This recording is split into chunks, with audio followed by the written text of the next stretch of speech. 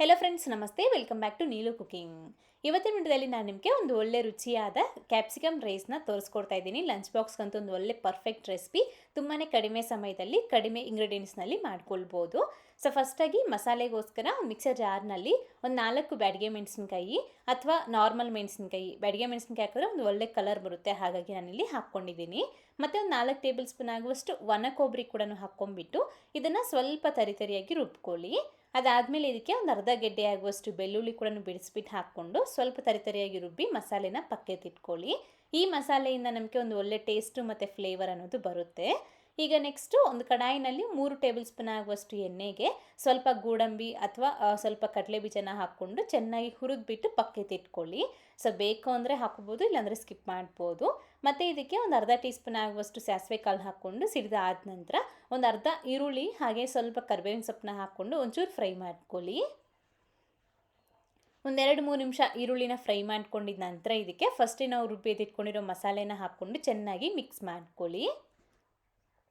ಮತ್ತು ಇದಕ್ಕೆ ಒಂದು ಕ್ಯಾಪ್ಸಿಕಮ್ನ ಮೀಡಿಯಮ್ ಸೈಜಿಂದು ಈ ರೀತಿ ಉದ್ದುದಕ್ಕೆ ಕಟ್ ಮಾಡಿ ಹಾಕ್ಕೊಂಡ್ಬಿಟ್ಟು ರುಚಿಗೆ ತగ్గಷ್ಟು ಉಪ್ಪು, ಸ್ವಲ್ಪ ಅರಿಶಿಣದ ಪುಡಿ, 1 ಟೀ ಸ್ಪೂನ್ ಆಗುವಷ್ಟು ಧನಿಯಾ ಪುಡಿ, ಒಂದು 1/4 ಟೀ ಸ್ಪೂನ್ ಆಗುವಷ್ಟು ಗರಂ ಮಸಾಲ, ಸೊ ಇಷ್ಟನ್ನ ಹಾಕ್ಕೊಂಡು ಚೆನ್ನಾಗಿ ಮಿಕ್ಸ್ ಮಾಡ್ಕೊಳ್ಳಿ. ಇಷ್ಟೇ ಮಸಾಲೆ ನಾವು ಇದಕ್ಕೆ ಹಾಕ್ಕೊಳ್ಳೋದು, ಇನ್ನು ಬೇರೆ ಏನೂ ಹಾಕ್ಕೊಳ್ಳೋದಿಲ್ಲ. ಚೆನ್ನಾಗಿ ಮಿಕ್ಸ್ ಆದ ನಂತರ ಒಂದು ಮುಕ್ಕಾಲು ಟೀ ಗ್ಲಾಸ್ ಆಗುವಷ್ಟು ನೀರನ್ನ ಸ್ವಲ್ಪ ಸೇರಿಸ್ಕೊಂಡು ಚೆನ್ನಾಗಿ ಮಿಕ್ಸ್ ಮಾಡಿಬಿಟ್ಟು ಒಂದು 2-3 ನಿಮಿಷ ಲೋ ಫ್ಲೇಮ್ನಲ್ಲಿ ಹಾಗೆ ಬಿಟ್ಬಿಡಿ. ಸೊ ನಾವು ಸ್ವಲ್ಪ ಡ್ರೈ ಇರುತ್ತಲ್ಲ ಈ ಮಸಾಲೆ ಎಲ್ಲನೂ, ಒಂಚೂರು ನೀರು ಹಾಕಿದ್ರೆ ನಮಗೆ ಕರೆಕ್ಟಾಗಿ ಆಗುತ್ತೆ. ಒಂದು 2-3 ನಿಮಿಷಕ್ಕೆ ನಮಗೆ ಕ್ಯಾಪ್ಸಿಕಮ್ ಅನ್ನೋದು ಬೇಯುತ್ತೆ. ಅದೇ ರೀತಿ ನಮಗೆ ಮಸಾಲೆ ಕೂಡ ನೀಟಾಗಿ ಫ್ರೈ ಆಗುತ್ತೆ, ಸ್ವಲ್ಪ ಎಣ್ಣೆ ಅನ್ನೋದು ಬಿಟ್ಕೊಳ್ಳುತ್ತೆ. ಸೊ ಆ ಸ್ಟೇಜ್ನಲ್ಲಿ ಹೀಗೆ ಇದಕ್ಕೆ ಫಸ್ಟೇ ಮಾಡಿ ಎತ್ತಿಟ್ಕೊಂಡಿರೋ ಅನ್ನನ ಹಾಕ್ಕೊಳ್ಬೇಕು. 1 ಪ್ಲೇಟ್ ಆಗುವಷ್ಟು ಅನ್ನ ಅಥವಾ ನೋಡಿಕೊಂಡು ಮಸಾಲೆಗೆ ಎಷ್ಟು ಬೇಕೋ ಅಷ್ಟು ಅನ್ನ ನಾವು ಹಾಕ್ಕೊಳ್ಬೇಕು.